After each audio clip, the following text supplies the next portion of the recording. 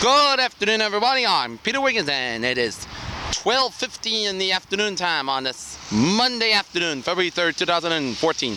We're live from South Street West and Route 44 in Raynham, Massachusetts, where it is snowing here, and I'm going to get up my